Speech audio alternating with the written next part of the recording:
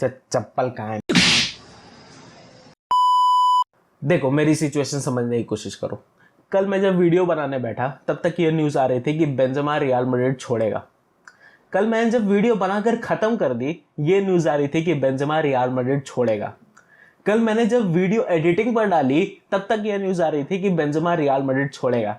कल मैंने जब एडिटिंग खत्म कर दी तब तक ये न्यूज़ आ रही थी कि बेंजेमा रियल मैड्रिड छोड़ेगा। कल मैंने जब एडिटिंग खत्म करके अपलोड पर लगा दी तब तक ये न्यूज़ आ रही थी कि बेंजेमा रियल मैड्रिड छोड़ेगा।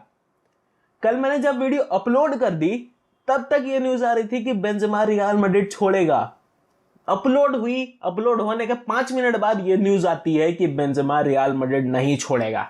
मतलब सालो इसीलिए न्यूज़ चैनल वालों तुम्हारी कोई इज्जत नहीं करता है। सालो पहले खुद के तो सगे हो जाओ।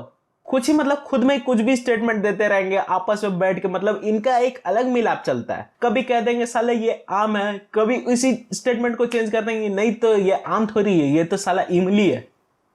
मतलब खैर, इट्स सपोज्ड साइनिंग इन, और इन पर मैं अभी एनर्जी नहीं खर्च करूंगा। इन पर एक स्पेशल ही रेंट वीडियो बनेगी जो ये डिजर्व करते हैं पूरे तरीके से।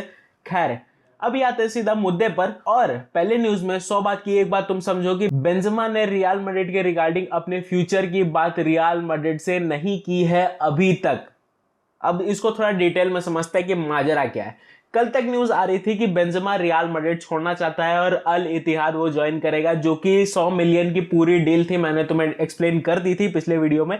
लेकिन अब न्यूज है कि बेंजेमा ने रियल मैड्रिड के रिगार्डिंग अभी तक कोई भी डिसीजन रियल मैड्रिड को नहीं बताई है। मतलब एक तो यार इनको चप्पल निकाल के मारने का मन करता है कसम से। कल तक ये न्यूज दे रहे, कल तक एग्जैक्ट न्यूज में बता रहा हूं कि इन्होंने बता दिया है कि बेंजेमा ने रियल मैड्रिड को अपने फ्यूचर रिगार्डिंग दे दी है जो भी उसने सोची थी। बट अब ये न्यूज फ्लैश है कि बेंजेमा ने रियल मैड्रिड से बात ही नहीं करी है। एक तो साला मैं हर न्यूज चैनल पर भरोसा भी करना छोड़ चुका हूं अब एट दिस पॉइंट। खैर अब इस बात को थोड़ा डिटेल में समझते हैं कि माजरा क्या है। कल मार्सा ने एक मीटिंग ऑर्गेनाइज की थी जिसमें Benzema as a guest invited था। वहां पर उससे एक क्वेश्चन पूछा गया कि वो क्या सोचता है रियल मैड्रिड में एज अ फ्यूचर। तो बेंजेमा ने ये साफ साफ रिप्लाई करा कि वो रियल मैड्रिड में कोई भी फ्यूचर अभी नहीं सोच रहा है। कहाँ वो जाना चाहता है या कुछ भी उस चीज का रिगार्डिंग वो सोच ही नहीं रहा है। जो भी सोच रही है सिर्फ और सिर्फ इंटरनेट मीडिया सोच रही है, उसने कुछ सोचा ही नहीं है अभी तक। मतलब ये चीज तो तुम कंफर्म समझो कि बेंजेमा अभी नहीं बताएगा कि रियल मैड्रिड वो छोड़ना चाहता है कि नहीं। और उसने ये चीज भी कंफर्म कर दी है कि वो सैटरडे का मैच खेलेगा, उसके बाद ही कोई डिसीजन लेगा। तो ये चीज समझ लो कि कल की जो मैच है ये डेफिनेटली हो सकती है, चांसेस हैं, मतलब 10% 20% चांसेस हैं कि बेंजेमा की लास्ट मैच हो सकती है। बट इसके रिगार्डिंग बेंजेमा की जो डिसीजन होगी वो कल के मैच के बाद तुम्हें देखने को मिल जाएगी। मतलब अगले हफ्ते तुम ताली बजाने के लिए या रोने के लिए तैयार रहना।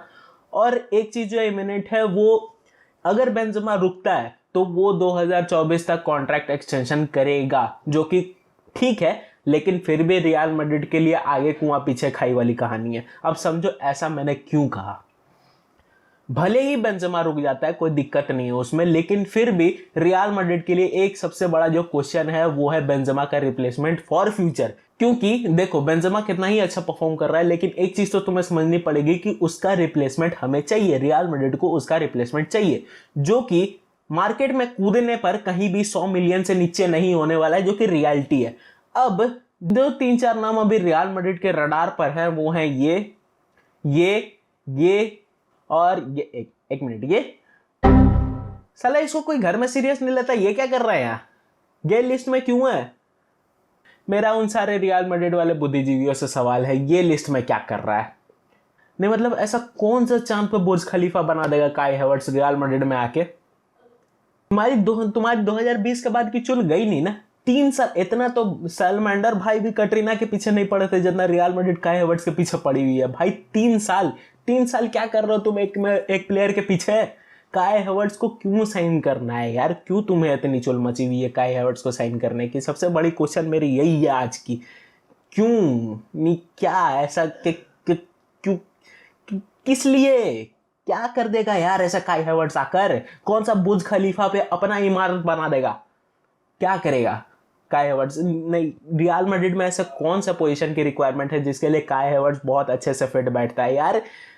गिन चुन के उसने बस एक गोल मारी है, वो भी मुझे याद है यूएफा चैंपियंस लीग, साला सालों हो गए उस चीज को। लेकिन अब तुम काई हैवर्ट्स को साइन करना चाहते हो।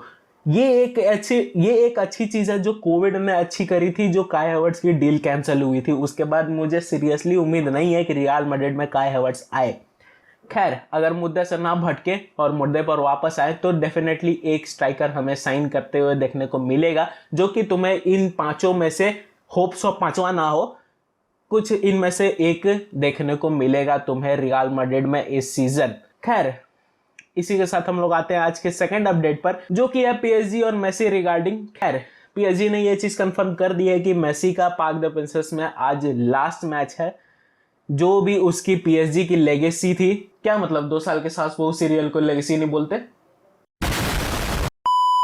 खैर, मुझे तुम्हारी गाली खाने का शौक नहीं है, मुझे पता है तुम साले कमेंट सेक्शन में रेड मारोगे, तो उससे अच्छा मुद्दे की बात सुनो। देखो, फाइनली मेसी के रिगार्डिंग जो फाइनल न्यूज है वो अब तुम्हें मैं क्लैरिफाई कर देना चाहता हूं। इसके आगे अगर कोई भी इससे रिगार्डिंग कुछ भी बोले मत मानना, क्योंकि वो होक्स होगी। अब डिटेल में समझना कि मेसी की फ्यूचर की रिगार्डिंग क्या है।